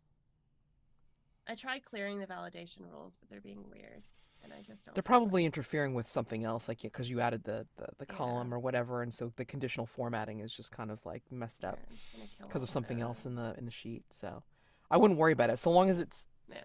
acknowledging that you're Okay. checking it off or whatever. Okay, then they're fine we're now. fine. Uh, Okay. In charge of beauty, hair, skin. Camille So we- feeling as though the invisible strings are wrapping around him is just another example of this kind of the net tightening on London. Oh, I right? love that. Yeah, love that. So the net, yeah, sure. I had a thought about the Gordian knot of Yeah. embroidery floss. Who gave that to Hattie? She said Kemuel. Yeah, so here's my thought for that. It's just a knot of leftover embroidery floss. It's like him giving a ball to a kitten. Like it didn't actually do anything. He just said only you can protect this. Oh, an that's asshole. so mean. Such an asshole. Yeah. It would sound like something that he would do. Yeah, they would do. Fucker. Anyway. Maybe the reason why the doll that convinced us so, spectacularly that they were Mr. Grey is because maybe Mr. Grey's brain was downloaded into it. Yeah. And that's how they can be so lifelike. Or like, just like kind of like a memory. Like, really good AI. Yeah. Oh God, let's not even go there. But I mean, it's so timely. Anyway. Oh, don't worry, we don't have good AI now.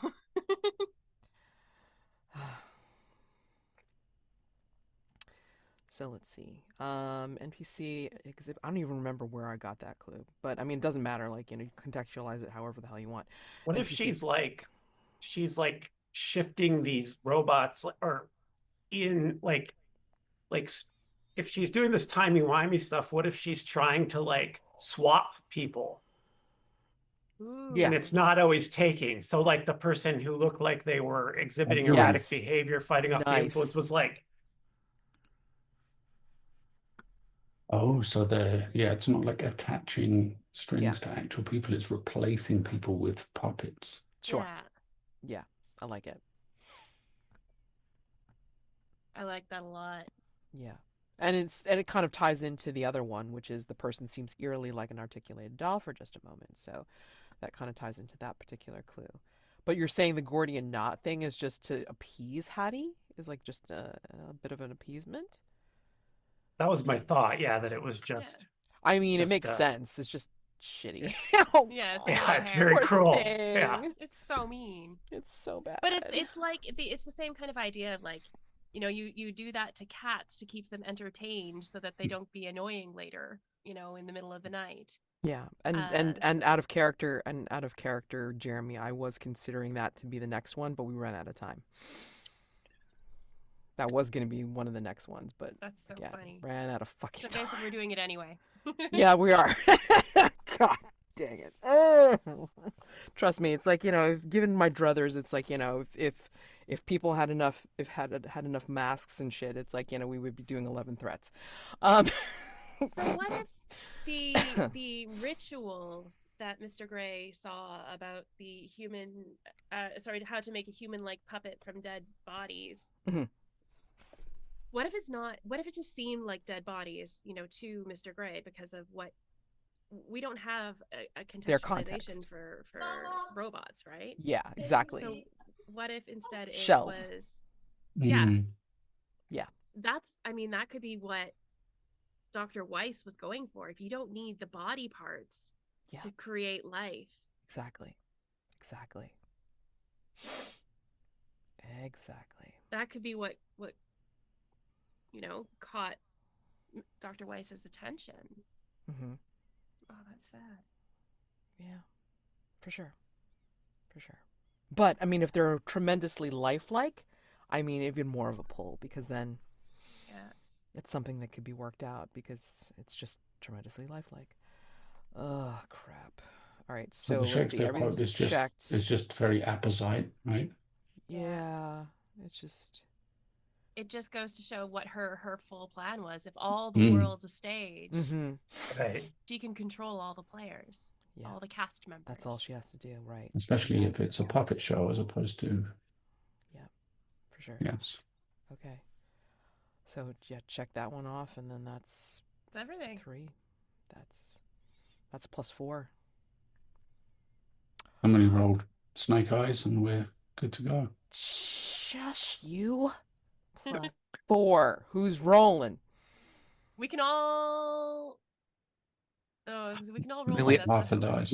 We could all roll a D3, but that throws off the statistics. Stop it. Yeah, I don't. Way too hard. Get a 6. Yeah. 1d6 I for don't vote 2 that. people. Who hasn't rolled in a while? I've rolled twice this game.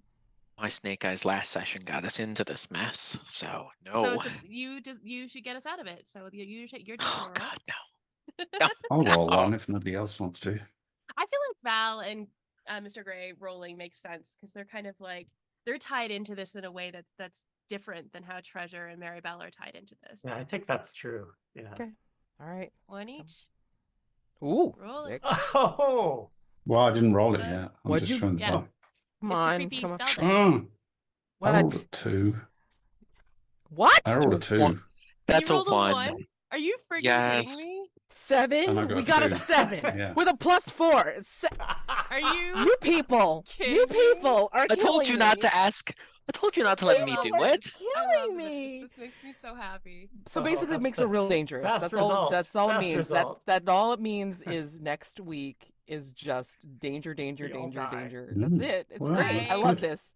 I love this. Perfect. We've got This is lots great. of masks. It'll be fine. I had to speak for yourself. All right. Okay. So Outstanding. that's the plan. I'm Where's this so happening? happy. I know, me too. Where's? So Well, you're gonna take the Mr. fight. Gray's got to lead us to the Yes. So lead us to you're the going to theatre, the. right? So the plan is to go to the teatro and cut her off.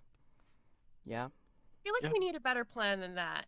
I feel like how are we going to stop her if this is her goal to do robot swaps? Well, if she's She's been gonna going have her- through, if she's been kind of going through holes in reality in some sense, Mm-hmm. we trap her in through one of those holes and sew it up, Ooh. metaphorically. No, I think literally. Mm, Sew up the literally. holes using her own threads. yeah. And trap her in the theatre, maybe, but just like it can't connect to anywhere in reality anymore. And then she's just a person. So And how then do we she's disconnect just- it from reality? It's like the what was the thing in Superman 2 where they put them in the Oh, the mirror that they fly around in. The Yes, Yeah. the Phantom Zone. To trap them in the Phantom Zone. yeah. Yeah. Okay, well, you're gonna figure out how to frickin' do that, and remember that you have those threat moves. Somehow, I don't know how you're gonna incorporate out. threat moves. Yeah, What the threat moves? like Um, Void also- Walker Yeah. and Allardyce and we don't have- Oh yes, yes, yes, yes. Newcastle. I see, Void Walker yeah. is probably going to be useful here. Randall. Okay, Randall Newcastle also the have magic- Pensioner, Void Um, Walker. Magic instrument from Oh yes, the Still have the Muggers. stick. Is it the stick or the fiddle? I forget. I think it was the fiddle. I have the fiddle. I Okay, there you think. go. You can only get one, so it would have been. I think it was the fiddle. So we have. Yes, we have a week to Beelzebub's plan our fiddle. attack. Yep. Yeah, Nice. and That'll I come in didn't handy. I didn't remember seeing anything about like, the limitation on your personal quarters. So whatever you have left that is not checked off, you can bring it with you to the teatro. Unless it's so goddamn big that you can't bring it, duh. But you know what I mean. We'll figure it out. Yeah, we'll figure it out. Okay. So, before we hit Stars and Wishes, I have one more thing up my sleeve. One last stinger scene for the road. As we move from Hargrave House, Hattie looking forlorn in the foyer with Prince Rupert watching over her, and the hunters discussing their plans elsewhere in the house. We move upwards and outwards towards the moving Teatro dell'Arte, wherever it is in London, and down and around through its halls, dark and dim. Maybe Dr. Weiss working on a body, maybe a book stained in ink, shining in a lit corner. And then, in a dressing room, someone changing, and La Regina sitting there, watching them change.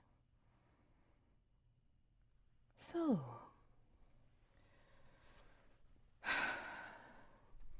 you are not there, and you have rejoined us. Do you think it's worth it if I send you back? And the person responds, I don't know. I'm not certain. I mean, it seemed as if they enjoyed time with me, even if it was very short. I might try, appeal to their finer senses, but we'll have to see. I mean, they do have someone else there now.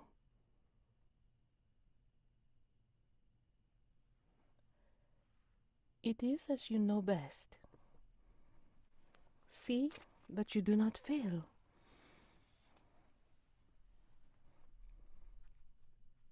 Of course, as always, La Regina. And when we turn the camera from this person changing, and we shift the view from their back to one of the dressing room mirrors, it is someone who is taking off their makeup, removing their hairpiece, and we look into the features of someone who has a passing resemblance to Isabel.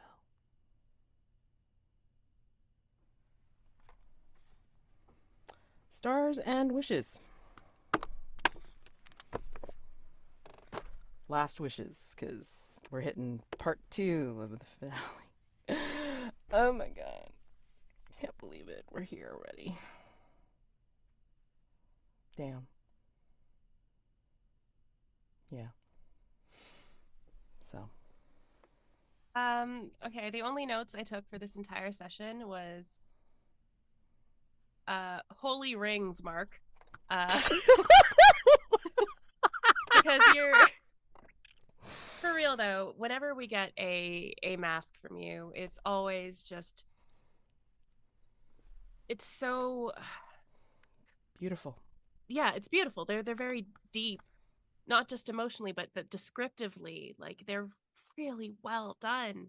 And this we had a double feature of masks today, and I'm so glad we did, because that was just wonderful. Also, all of the interactions between Treasure and Mr. Gray were so touching, you know. Just it's very nice to see a Hargrave House where the hunters have really strong connections, you know. That doesn't usually happen, I find. Usually they're just sort of messed up connections. Not that these ones aren't, but you know, it's a very different kind of the between game than I'm used to playing, and I really am really liking it.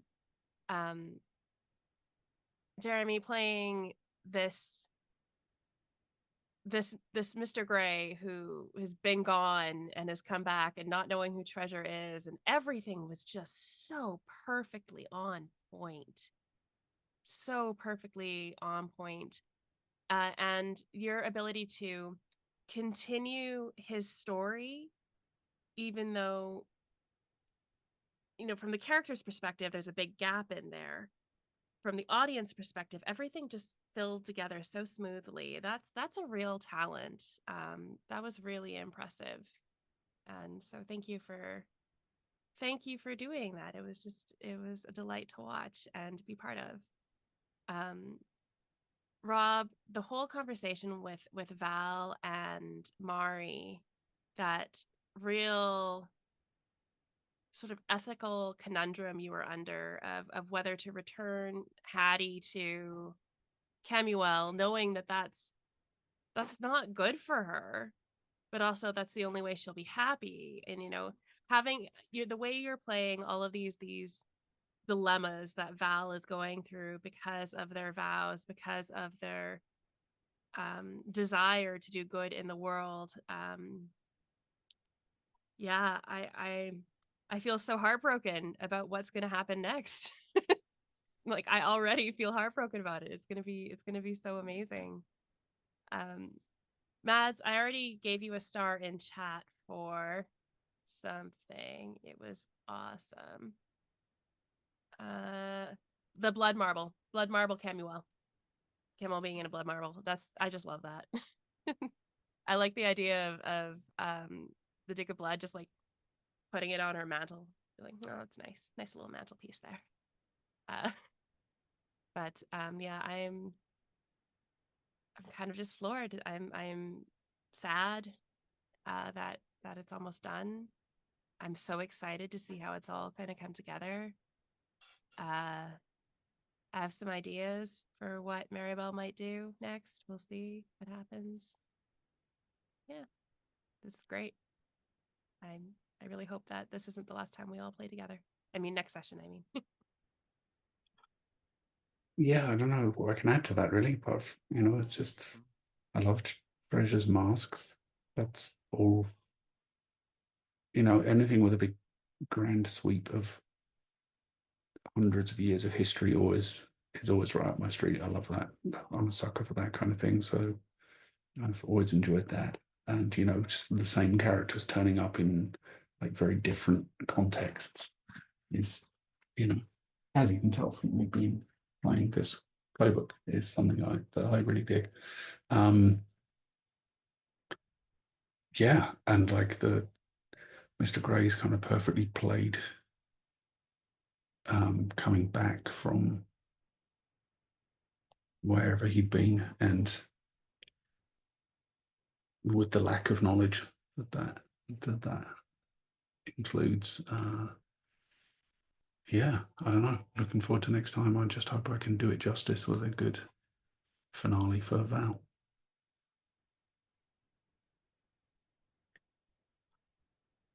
A star to Mark for some incredible problem solving using my person Friday in such unique and different ways between last session and this session. Like, you made what was probably in both Mads and my mind a big question of how are we going to get wherever Damon's been back into Treasure's just got it. And it was such a clever moment. And it was just fun getting to experience that with you.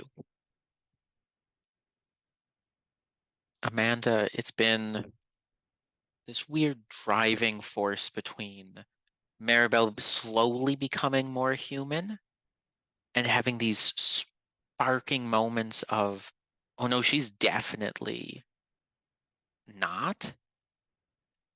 And it really feels like you've done that curve of those peaks and valleys of not human, and it seems like it's smoothing out in a beautiful way.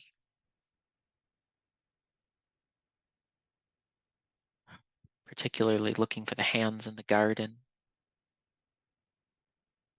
So good. Rob, please just pick a girl. Please. I don't like the amount of investment we've had in this love story that is the slowest burning thing. You've played this wonderfully, and I hate you for how slow it's going, but it's perfect at that speed.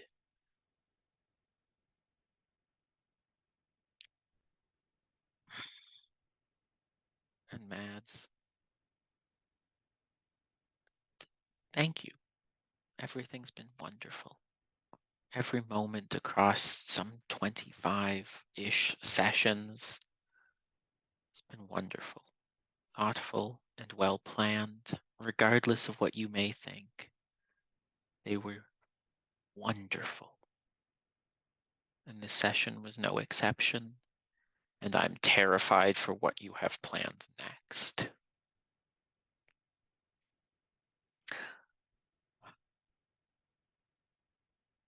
As for wishes, let's kick some butt.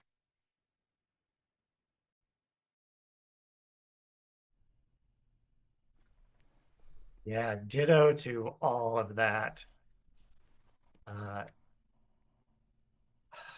Jeremy, I so enjoyed, this is, I guess, a star for you and Amanda both. I so enjoyed that vulnerable scene between Daymond and Marybelle. It was just beautiful. But big star for it is Hargrave House that screams. That was like such a cool moment, cool tone to add to the moment as well. Amanda, I so enjoyed seeing so many emotions play out with Marybelle, and particularly getting to hear things that they have said many times in the past, now being said from a completely different perspective and with a different tone. That's the thing that really struck me was saying, like, Mr. Grey, like, I think you in the game, Marybelle has said, "I'm not human," like numerous times, usually like imperiously, and that was such like a vulnerable delivery of it. It really hit home. Rob, you've made Val into such a like tragic but so admirable character.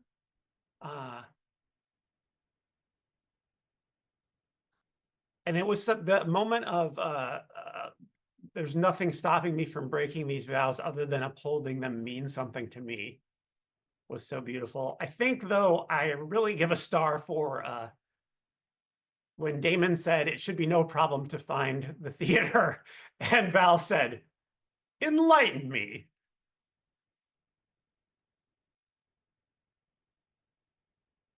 Mads, you're so good at like springing these little twists on people and delivering these lines of dialogue and moments that just sort of really dig to the heart of that character. I had marked down a star from the moment that you said the Duke is holding on to something that looks like a floating ball of blood. I already put that down as a star. And then the fact that it turned out to be squished up Kemuel made it so much better. So just, and beautiful scene between, to echo what was said earlier, beautiful scene between Val and Mari. Yeah, my wish, I'm super excited to, this is the first finale of the regular Between that I have ever played. So I'm very excited for that.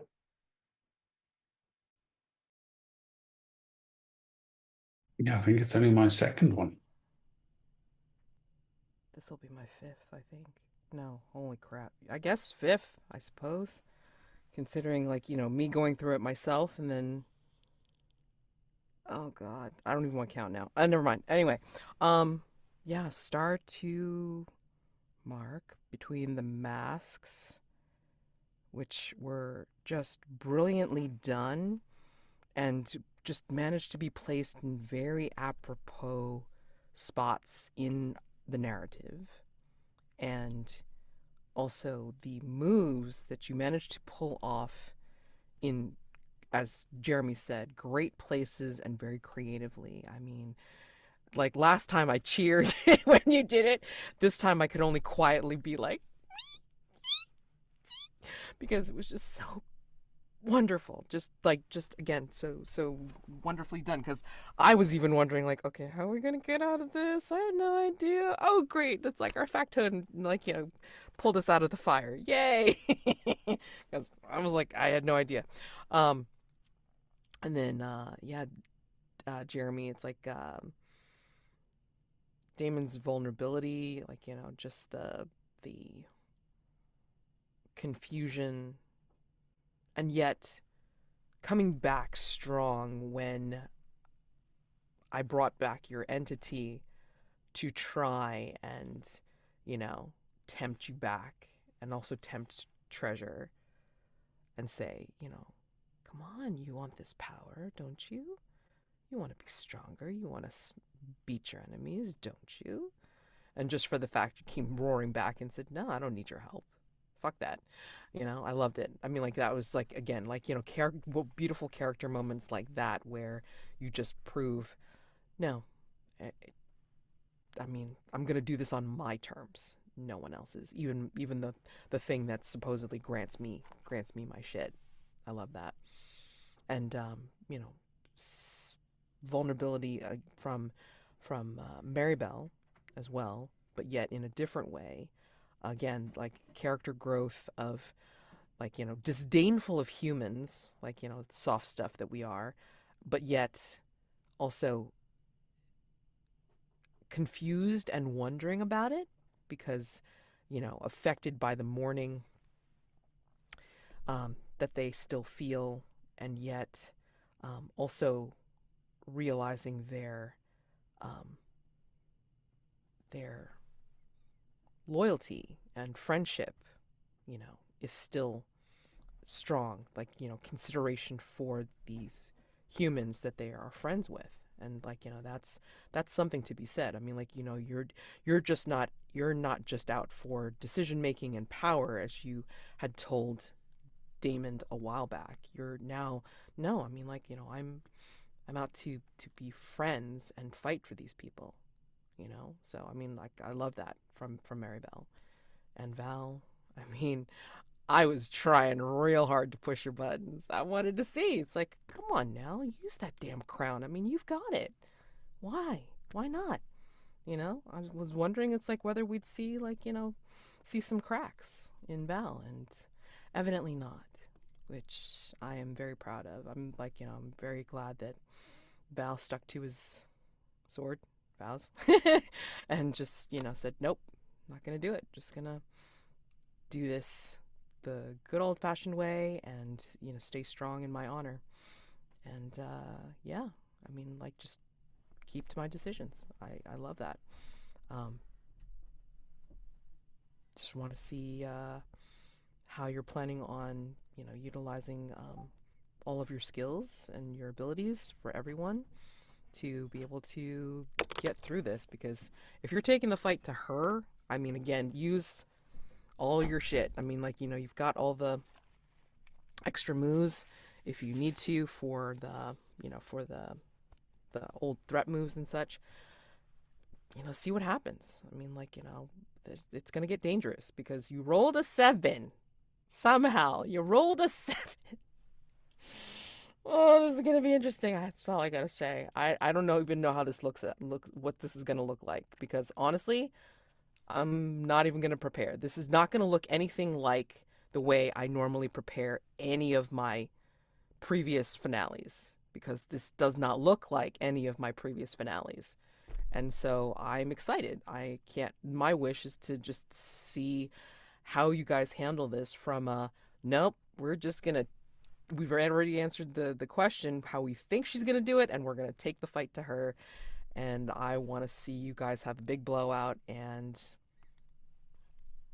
yeah, take it to her. Stick it to her. Like, fight those robots or whatever the hell they are. I love it. I love it. Oh, interesting. Thank you for that, DM. Okay. All right. Okay. So, anyway, it'll be fun. I wish you happy gaming for next week. And, oh my gosh. Yeah, I'm excited. I can't believe it's already going to be the end. So, if you have anything at all that you're trying to work towards for next time, please let me know. and then just like, you know, DM me or like, you know, put it in the Discord chat, because this way I can kind of like maneuver it and then just try to give you a direction for next time. Okay, so this way we can make sure that we close out these characters the way you want to close them out, because I can't believe this is the end, and I hope that will all have a satisfactory arc for the end of our campaign. God damn it. I'm so proud of this group. I am so happy and privileged and amazed and all this other crapola, because I've had a lot of endings this past weekend, and it's been breaking my heart, and I'm suffering a lot of bleed right now. So I mean, yeah. Anyway, I love you all. Thank you. See you guys next week. Not next week. Sorry, not next week. 17th, I hope. Yeah, 17th. Yeah, all week right. after next. Yes, week after next. So you have 2 weeks to give me some ideas or whatever. So see you then. And happy birthday to Devin. See ya. Bye.